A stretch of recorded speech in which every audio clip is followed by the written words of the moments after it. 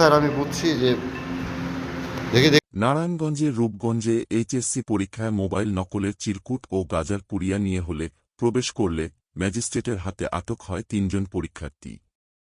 তাদের মধ্যে পাঁচরুখী বেগম আনোয়ারা কলেজের শিক্ষার্থী শ্রাবণ মোল্লার কাছ থেকে নকলের চিরকুটসহ পাওয়া যায় এক পুড়িয়া গাঁজা।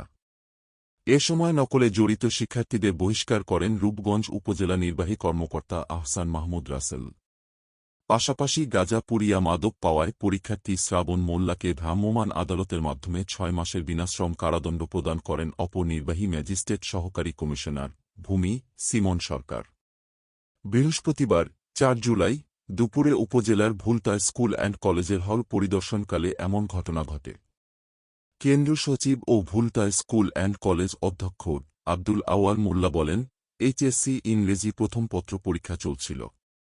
অসাবধানতাবশত শ্রাবণ মোল্লা নামের পরীক্ষার্থী মাদকসহ হলে প্রবেশ করে, যা অন্যায়।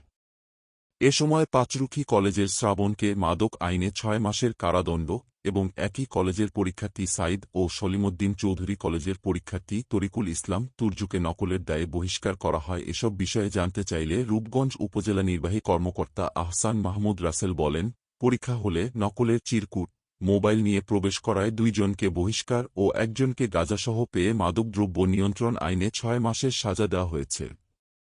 এ উপজেলার ৮টি কেন্দ্রেই নকলমুক্ত পরিবেশ করতে কাজ করছি। এর আগে এসএসসি পরীক্ষায়ও আমরা কঠোর অবস্থানে ছিলাম। হাত সরাও, হাত সরাও।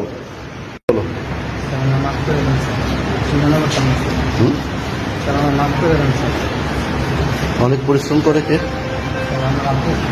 কি করে?